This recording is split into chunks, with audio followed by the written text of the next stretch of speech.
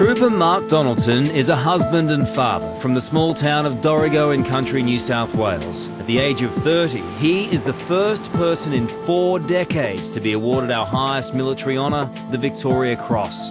Growing up in Dorrigo was great. Yeah, we did just about everything together. Mark's simple life was shattered when at 16 years of age his father suddenly died of a heart attack, and 4 years later he lost his mother.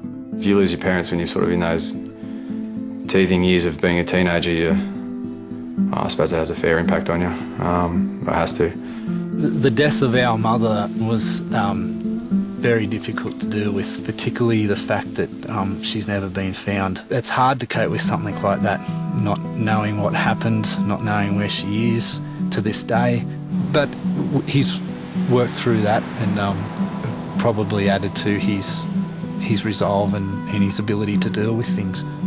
When Mark told me that he joined the army, I was very surprised, but at the same time I could see that Mark would be something that Mark would be very good at. When I made that decision, a lot of people thought that I wouldn't be able to handle the discipline and the authority of all the way the military is. I wasn't really going to let anything stop me, achieving what I wanted to achieve. So, yeah. He came through the army ranks, fairly quickly compared to what generally happens, and managed to get into the SAS on his first attempt. To be accepted into the SAS is a very difficult thing to achieve, and really it's about the mental and physical psyche that's necessary to keep going when the chips are down. The physical environment is very difficult, the mental environment is very difficult, and just a few are able to cope with all those things and stay focused on the mission that they've got. Yeah, the incident in Afghanistan was it was a pretty standard day for us out there fighting and doing what we do. We were just on our way back to the FOB. When they were ambushed in a very difficult position, they were outnumbered by the Taliban people involved in the process. As they kept breaking free of one set of engagements, they found themselves smack bang in the middle of another series of engagements. And for 4 kilometres and over about 2 hours, we got attacked by around 200 Taliban. Sort of at the start of the ambush, I suppose I grabbed one of the heavy weapons with it's a rocket launcher of ours, and I ran off to a side and started firing that back at the enemy. Really pushed away from the vehicles to try and get in a good position, and was very proactive in putting in fire to try and protect his mates. A few of us were moving here and there away from the cars to sort of get away from the bullets, but the bullets just tended to follow us, really. It was kind of like raindrops on the surface of water all around all of the vehicles, so fairly intensive fire. There wasn't many times in the ambush I really had a lot of time to have a sort of decent conscious thought about, this is it, I'm done. In the midst of a fierce battle, Trooper Mark Donaldson showed exceptional courage and bravery in the face of great danger. We had an RPG, rocket-propelled grenade, explode just above one of the vehicles in front of us, and 2 of the guys got blown out of it, and one of them was the interpreter. And from there, Mark, who was in a good position to the rear of that vehicle, spotted him and ran through very heavy fire to pick him up. I started to drag him, and then I picked him up and got him back to the vehicles. There was 13 of us all up, Australians that were there, and 9 of us got wounded.